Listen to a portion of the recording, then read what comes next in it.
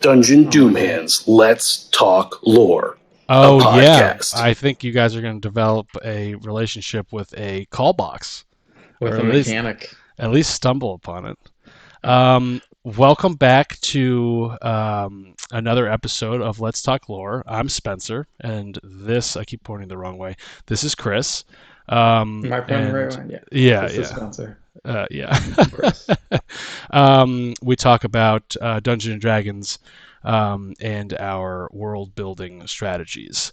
Today, we are going to talk about uh, building your own campaign and where you start and sort of, I guess, suggestions. I mean, neither one of us are experts at it, but we have been playing a long campaign, and I've been taking notes and transferring them to somewhat of a campaign that will eventually long-term goal be published. Not necessarily to make millions, but billions.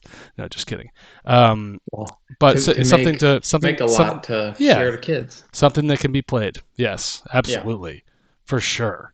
Once I get that, uh, once I get the table the ready, paperwork. oh yeah, for sure, it's gonna be awesome. Um, Nice. anyway, so I've over the last year, just a brief summary. Um, I've started to put the encounters, the tables, everything in the story on a website that is playable. But I think the topic I wanted to talk about it was sort of how do you start, and like where do you go? What are the I guess the blocks that you use to build, and um, Well, I, you I know, think every DM is going to give you the initial same advice of start small. oh yeah, You don't need to know everything about everything in your world. And recently watched a video talking about you don't, yeah, DM saying you don't need to plan levels 1 through 20 and everything perfectly because, well, one, if you play D&D long enough, you know that the players fuck everything up. oh yeah, and And but it also it's a lot easier to not overwhelm you because you don't know what's going to happen after one session, after 3 sessions. Who knows? Schedules might change and the game falls apart. So you don't want to spend all that time planning something. Well, unless you really enjoy planning sessions. right. If you really enjoy just world building and doing all that fun nitty-gritty stuff, I think it's fun. Ignore what I'm about to say. But if you have a life and you have a family and you don't have all the time in the world, and you just want to play some D&D, roll some dice, start small.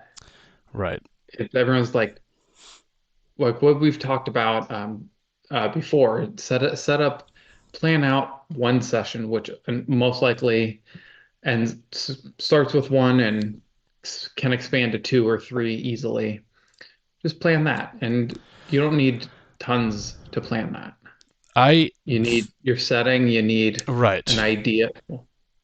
Well, so like let's go You to the need, idea. You always say, start with an idea, and as vague as that is, it's true.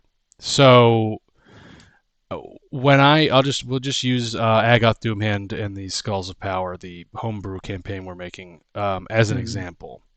Um, I just wanted to play, and there was no DM. I didn't know how to DM, and I was like, okay, well, I know the basics, and I know Chris. Chris knows the rules more so than I do, for a little backdrop. So if you're gonna have a campaign, you should probably have another person who knows the rules and who is gonna help you.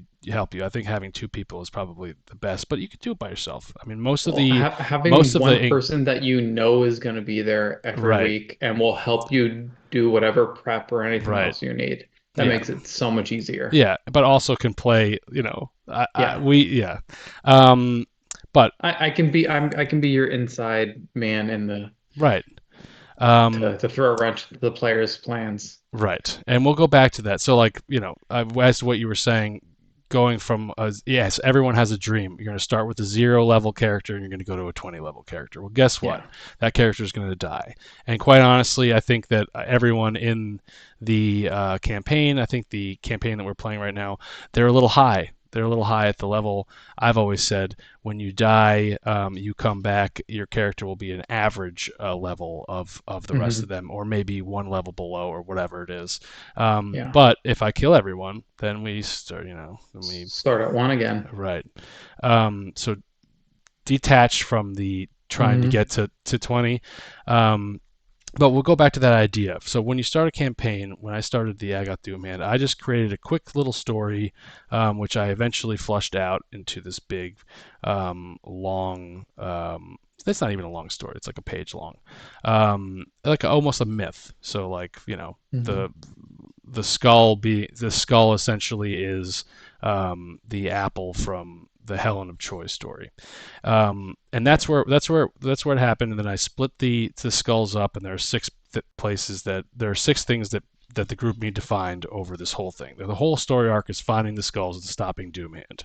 That's the whole general gist. So every single not every encounter, but every area is going to have that arc in it. It's some subtly. Yeah. And we haven't actually had present itself. Right. And people, NPCs, and one of the ways that you can sort of link back to that story arc is just by using your NPCs. That they're really awesome. Or you can also use like structures and stuff like that. Like if you want to get detailed into it, like there's a totem pole with a message that blah blah blah. But NPCs for this basic beginner level starting your campaign, NPCs can be the thing that bring you back to your story arc. But let's get back to starting. Yeah, your idea. Yeah. So you have your idea, and then I think what you do, you have your story arc idea, but you also need to remember you're here to have fun and to DM the game. So you sometimes get tripped up a little bit in trying to do too much. But the way I put together, the Trivium levels, the very first levels I did, again, as you said, start small. Have a confined area where people can't just fly off and do infinite number of things that can put them in one area. Draw the map and set up a couple traps. And I feel like as I went along, it sort of got bigger and bigger and bigger, and now we're on full on Dungeons and Dragons. I think we're almost pretty much at how we're supposed to play it almost, because we're 2.5 years into a single campaign. Yeah, it's evolved. But so what do I do as a DM to prepare? We did a session last time in preparing. This nice that we did this last time because it kind of prepares this conversation as to how you get the tables and the map and the characters into the game. And what I do is I try to have an interaction. I try to have when I say interaction, I mean like a conversation with an NPC that I created, that I know is going to bring everyone back to the story arc, or a little bit of lore about something. And then, like for example, we're in Trigard, so there is a church, then that church is devoted towards, it looks like, the worship of one of the gods that Doomhand is trying to slay. Now, I can tell you right now, from a metagaming standpoint, that's going to be a place where you want to go to have a little bit of story arc coming back to the main theme of the campaign. But you have that, and you put it to the side. Then you bring your tables and your characters and the randomness, and you let it go. And I think one of the things that you need to do before you even get too much into planning is to trust the players are going to bring you eventually back to the story arc, even if you get completely lost and ran, because you guys destroy almost everything that I I put together. You're welcome. You guys, yeah, it's fun. It's really really fun. You do tend to bring it back. I like to have like a little paragraph of how that character or that happening relates to the story arc, and then I will add in some monsters and some traps. Like if we're doing a if there's a theme of the dungeon or the like essentially a one-off, um, I prepare all of our sessions as somewhat of one-offs. The last few times we've played, we've had these, eight. It's almost like an 8 session one-off. I would say. So I guess it's not really a Well, one-off, but it was a story arc. yeah, it was really cool. But like, if you give the group a goal, okay, you need to do this, and you don't really know how many sessions it's going to take to get there because they're going to do some weird stuff. But you do know that that goal they already know that they have to do, like for the time heist, you have to get back here in time or you're going to get trapped. Um, Yeah. Let them and then expand. Let them do it. So Well, that took eight sessions yeah, because we had a time limit. yes, Because yeah, we're like, we have to be quick, diligent. Every move we make has to be perfect. yeah. You actually did it with well under the time period. But again, the time was random too. It could have been Yeah, a lot. We could have rolled a a lot lot lower. shorter. Yeah. Yeah. So just creating your campaign. Like I have printed out like templates. I have all the, not all of them, but I have a lot of the. Actually, I have quite a bit of them downloaded on D&D Beyond. But I also have other third party books that I'm just looking at the structure, the actual physical structure Mhm. of how they do it, and it's a little bit. They're all a little bit wordy and a little overwhelming, and that's the word, overwhelming. Well, And there's so much information right, that, but you don't always need all that you information you all the don't time. you don't, and I think that it's okay. And a lot of these books don't allow. I mean, they do allow it, and I think they try to push it, but it's hard to tell that they sort of want you to be in charge of making that. I feel like you should make the lore. Like I get it. There's a story arc and there's happenings and so on and so forth. There's a village, there's a town. Here's a list of all the people and what they think. Certain Mhm. NPCs will only say yes to this or they want that or whatever unless you convince Well, them. Um, but I think allowing for a little bit of randomness is very important when you're putting together a campaign. and any campaign that you run, whether it be your own homebrew or a published adventure somewhere, like you can always modify things. And I don't think that's the challenge of, because it's what you're seeing in the book is one of the choices that you have Right. available. Like when I ran Dragon of Icespire Peaks, we have our one persistent world that we're playing in, and each we're going through all the published adventures, and each one is being superimposed over that persistent world that our characters are in. So Right. we play Lost Mines of Phandelver, and then Dragons of Icespire Peak after. So the proceedings of the first one created sort of the modified backdrop and lore of the second one. But I think when you're starting your campaign, you're going small. You have, even if it's you're going to be running an adventure, you're starting at page one and you're going to run as much as you want to. I think it's important to not get bogged down, not Yes. try and put too much. Right. Don't try and lore dump the whole entire narrative of the story, If and you're just gonna throw a couple breadcrumbs out there right, and if see what, especially when you're starting off, it's your first time playing with those players too, and those characters, and understanding how everyone's going to play and how they're going to interact and what people get excited about. Um, so have those breadcrumbs and see what people see which ones they bite. So I've noticed that we'll use Trivium 3 because right now Yeah. on the Agoth Doomhand campaign that is playable, by the way, um, on our website we've done all of the forest stuff, so that's just I got to upload it. But I'm a little bit stuck on the Trivium level 3, or Trivium room 3. So we'll use that as an Mhm. example. Now Yeah. there were several mistakes that I made, and I'll highlight them when I put this thing together because, okay, um, I like to have a little bit of a theme to my dungeons. So when I say dungeons, I mean like that that day when we play. I like to have a little bit of a Mm. theme. Like so, I had a lot Yeah. of time stuff going on in the desert we were in. I had a lot of like morphing different. You Mm. couldn't like you didn't know if the NPCs you could trust. So were they minotaurs disguised as orcs? Were they orcs disguised as sent so on and so forth? So that was like a Yeah. theme. So I like to have a little bit of a theme.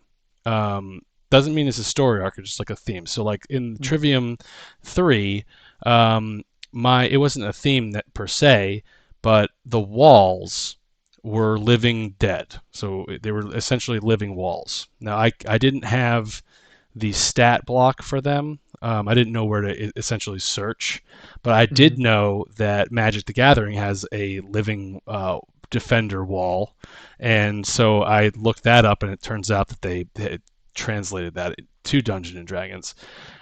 So with the wall comes a feeling of danger. So when you Confinement. Yeah. yes, so that was and as you went further and further in, I separated the group. That was a key aspect of it that I liked. And I had the walls get thinner and thinner, um, and closer and closer. So you eventually had to interact with them. And then I let the wolves out chasing you guys, and you guys were at such a low level that you had to just push through. Um, One of the things that I made a mistake on was not reading the stat block for the walls. I feel like that could have been a little bit more fun, a little bit more enjoyable. Helping everyone, you're squeezing through. You're trying to pull your friend through. He got grappled by the walls, now taking hit points and so on and so forth. So you don't necessarily have to get overwhelmed with like the traps. A simple wall that you get stuck on, it will add a element to the game that will make everyone feel tight. Will make them feel like their next move has to be very calculated. So you don't have to worry about necessarily, uh, the player engagement's going to be there with that type of thing. That's why I love the themes, because now the players are all thinking about, getting away from these walls, and turns out that you guys were actually, once you got through those areas, you were right in front of Doomhand. Didn't even really know it. I mean, you knew it, but you didn't know it. We had an idea, but we Yes. were Now, completely lost. another mistake that I made in the Trivium Room 3, um, was that, and I will go back, and I posted them on Instagram. You can go all the way back. I think they were in September, but it's one of the first couple posts that I did. And I have to redo the post because I didn't realize how awesome, the the motion You of could, I have to reinvent yeah. them, but I'll wait till after the desert. Um, But one of the things that I made a mistake was I introduced the main story arc too quickly, too fast. I shouldn't have necessarily had Doomhand there. It might not have been a smart idea to have, Loxodon was there, the White Sage. I didn't know where we were going with the skulls when that happened. So one mistake that I made was not knowing exactly where the story was gonna, like, where I wanted that story to go. Now, I'm not sure what the terminology of like sandbox or railroading and stuff like that, but I don't like to say, okay, Chris, you have to do this because that's stupid. Um, I can make you do that. Occasionally you have to do it. But I guess what I'm trying to say is I sort of put that right into every character. I was like, now you have to talk to this Loxodon and you have to, take her head. And I could have developed a little bit more of a character, a little bit more, you know. So you shouldn't rush things, and it's okay to be like, I don't know. You don't have to. Every death doesn't have to have a meaning, you know. Well, let me stop you right there. It did not feel rushed whatsoever. And Thanks. one thing as a player, um, the DM is always, you are always going to beat up on stuff that you feel you messed up, or you Right. didn't do what you wanted to do, or you, like what you said, you didn't fully read the stat block. I can't tell you how many times I've not fully read, oh, there's another 2 paragraphs over here and they can do other things. Yeah. It happens. Us as players, we don't know. Like, you don't know what you miss if you're playing a video game and you miss a whole little side quest and you didn't even know it existed. You don't know that you missed it. Right. So you didn't really miss anything. For that, it's like you feel like you messed something up, or you didn't run it the way you had anticipated it going. It is interesting though. We Like, had a blast. I can tell you, oh no, it was awesome. it was amazing. It was fun, hilarious. As soon as we got together, Aranis ran off on his own and got trapped. Yeah. I'm throwing you under the bus, Aranis. Yeah. Aaron, and if you want to come on here, Yeah. Colin I already Aaron. sent you the invite. Come on. Yeah. Yeah. I've already set up the OBS guest in. the guest page just in case he comes on. But I think so. First off, thank you. And But I think you're right. One other note is, like, when we first started, we had no idea how long this campaign was going to go. No, It could have just been the trivium, and we go find each of the sages locked up or whatever, but it kept going and going and going, and here we are now. Yeah. But I think we had no idea really why we were in there, and we're just trying to get out, and that gave us a hook into the whole Right. story when So we needed it. when you create your campaigns, don't get bogged down by like the typing and the story and all this stuff. Mhm. That comes later. One of the things that I like about the way we set this up, and it just happened naturally because of just, I guess, my history of video games and what I like, is that I like to have each character have a different relationship with, for example, the skulls. So each player has a specific skull which eventually they're going to have to attune to in some way, or put inside them, or interact with, that they need to go find.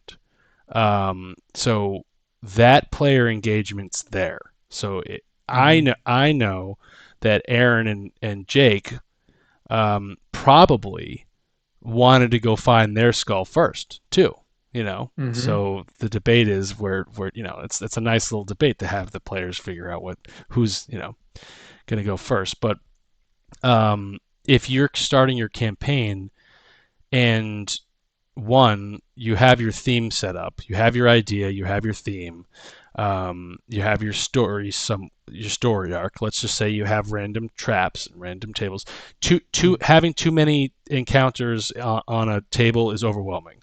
Just start out small and have 4. Not even. You can have 3, 2. And you don't even have to have. You can have a trap or a happening encounter, or you could have nothing, which is sometimes cool because it's just the characters looking around, and you can ask the characters to describe the room. You don't actually have to set anything up, but giving the player character a little bit of a goal, their own goal, based on and you incorporate that into their backstory. So get your theme, get your story arc, get your map drawn out for your one-off dungeon, and then maybe if you're starting out new and fresh with guys, or players rather, maybe look at their backstories, I think, and then you can, as a GM, you sort of add a little bit into it, or you can take away a little, not take away, but like you can add a little into it, and that sort of creates that player engagement. I feel like that was a key to keeping the story and the campaign moving forward. I got very overwhelmed at certain times trying to figure out what to do, where to go, how to plan, I didn't know how to role play. I eventually figured it out. I like doing it, thank God. Um, but I think having that engagement there already sort of set up into the campaign is important. So if you're starting your campaign, start it out with maybe just a suggestion. You guys are looking for this, or you had a dream and this happened, or you're something. Well, in any if you're doing like a one shot, a one off, and like you're only going to be doing there for a short period of time, so you don't have a couple sessions to really build up the story and get the motivation. Like when you came down and played with some of my friends down here, it's like you guys are hired to do this job, and Yeah. your job starts now. Um, but one other no, and I think more importantly than trying to make sure you have all the tables and all the maps and everything else, you have your friends around the table or on the screen. You have your idea that you want to play. And I think the most important thing is having fun.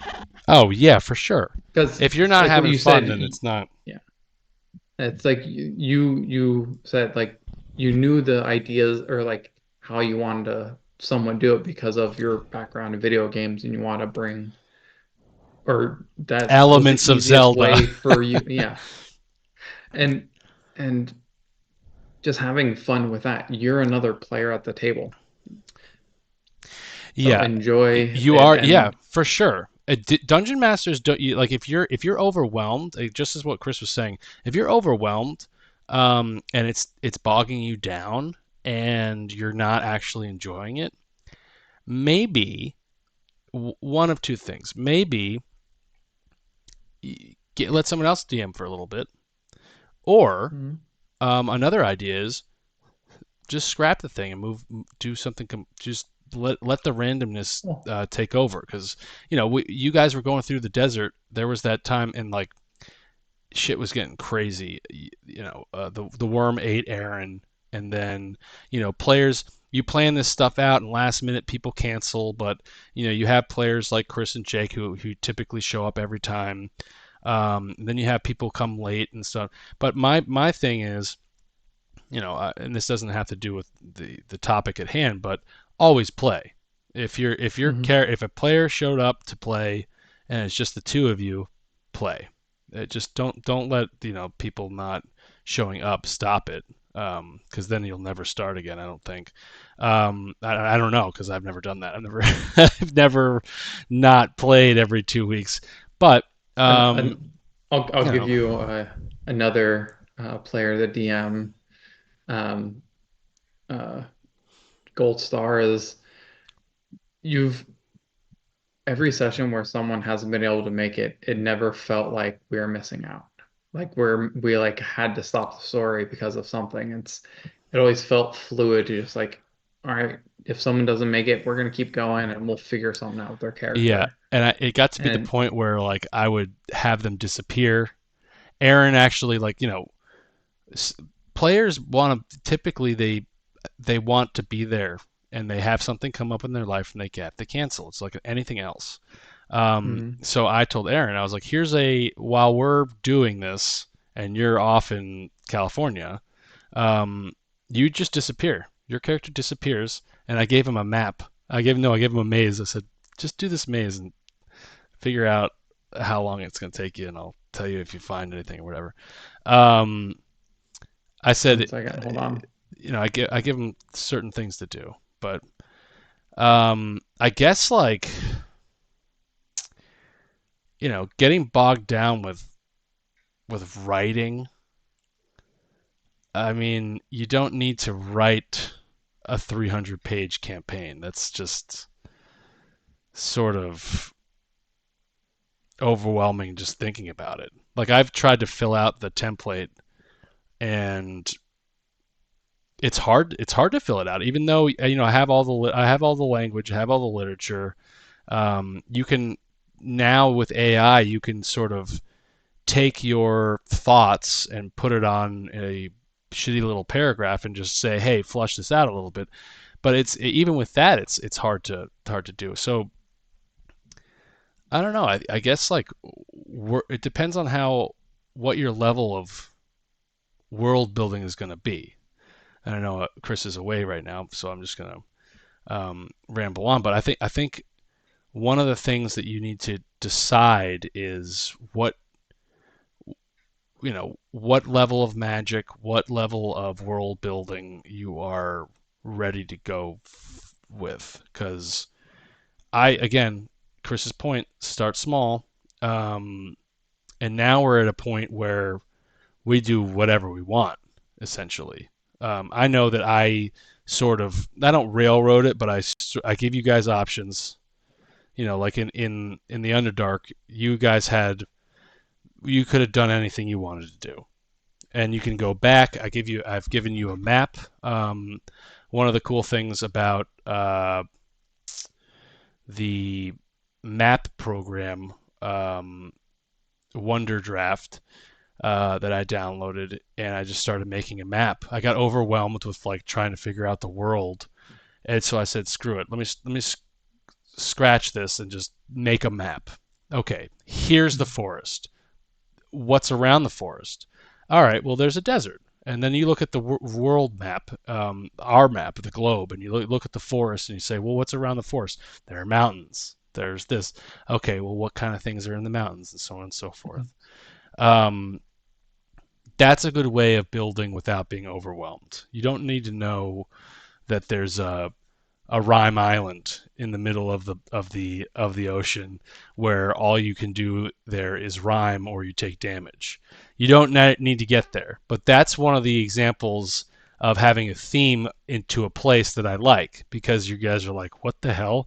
And everyone has to start talking in rhymes. That itself is fun. You don't really need to do much more.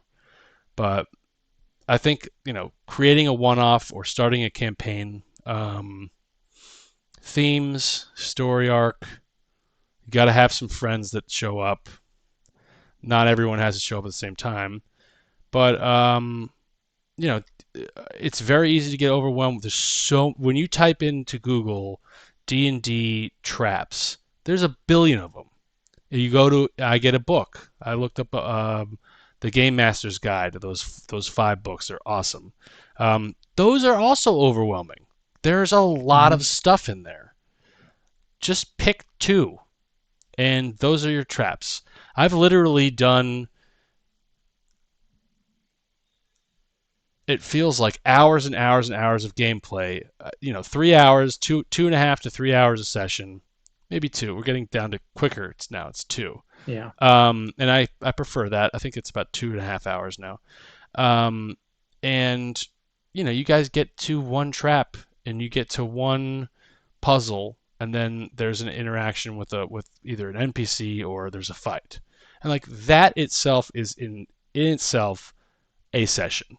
That's a good, we're in the city right now, and all I'm doing is rolling from tables. And the tables are dumbed down. They're not like there's a monster and you got to go find it and kill it and then save the baby, bring the baby back to the princess. It's not like a detailed thing. It's like literally you rolled last time and it was so random. One lady gave birth in the street. Like that was what it said.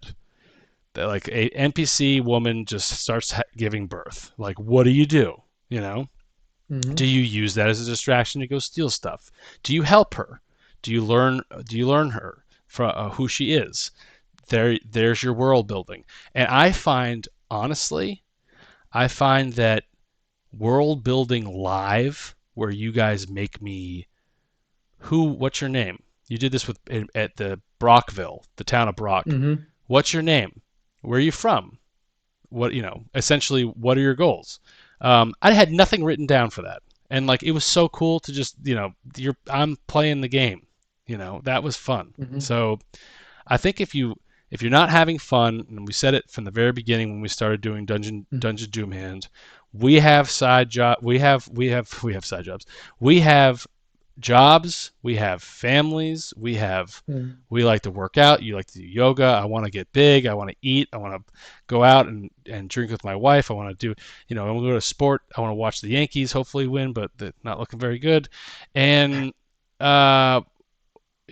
if you can't fit in having fun into the campaign, it's maybe you need to let someone else DM a little bit, Mhm. you know, Or or find or out not, or why. Yeah, yeah, just find out why you're not having fun. yeah, or like Maybe, run a yeah. session, run an already scripted session. Do like I took I've taken from so many different things. My God, last minute I didn't have time to prep. Turns out the thing was amazing. We had a great session. So you don't need to have everything lined, drawn out, and everything. So it's not. You It's don't need to write your own campaign book in order to run a no. session. You can go back and write it, which is what we're doing. Oh, you can Um. take all your notes and then Oh yeah. organize them and figure out what it is from there after the fact, but Yeah. you don't have to have everything And perfectly scripted, organized the whole way through. I am interested to know from our viewers, and I will be making this into a 1 minute clip and sending it around. What do you like and not like about the way that campaigns are printed today? Because to me, they're awfully wordy. The images are cool. There's a lot of like cool encounters and tables and stuff, but the way that you build your campaign and then what you read in a book, there's a lot that goes on in between. And I just feel like there's a there's a way to make it a little bit more engaging for everyone. One of the ideas that we had was maybe having it more visual than wordy, um, appealing in a more of a comic book like fashion. Um, because you type in a campaign template and it's already overwhelming. It's like, what's your intro? What's your story? What's your primer? Just type the story and then where are you on the map? Make your map and go. Build it from there. It's going to be sick. Guarantee anyone does that, those simple things. Get the theme, draw a map, and get some small encounters. I'm sure that I'd love to play it. In fact, if anyone makes it and sends it to me, I'll run it. I'll run it for a one shot. Definitely. Um, yeah, so I don't know. Um, we're still in the thick of it. I think that once we start to put the campaign together, we'll come back to this topic because I don't know what the answer is. But I think starting small is a great suggestion, and not losing yourself in language and literature. And go write a book if you want to write a book. As the gentleman from the DM Lair on YouTube said, I forgot which video he was. I'll try to tag it in the comments. He said, if you want to write a campaign, maybe you're better off writing a book. But if you want to have fun and make it engaging, you don't need to finish every sentence. You don't need to finish every paragraph. Every chapter doesn't need to come to a conclusion. That's where the element of the campaign sort of lies. So with that, I know Chris is a little bit busy, tied up, probably doing real life things right now. With that, we will take a pause and come back to the next session in a few moments.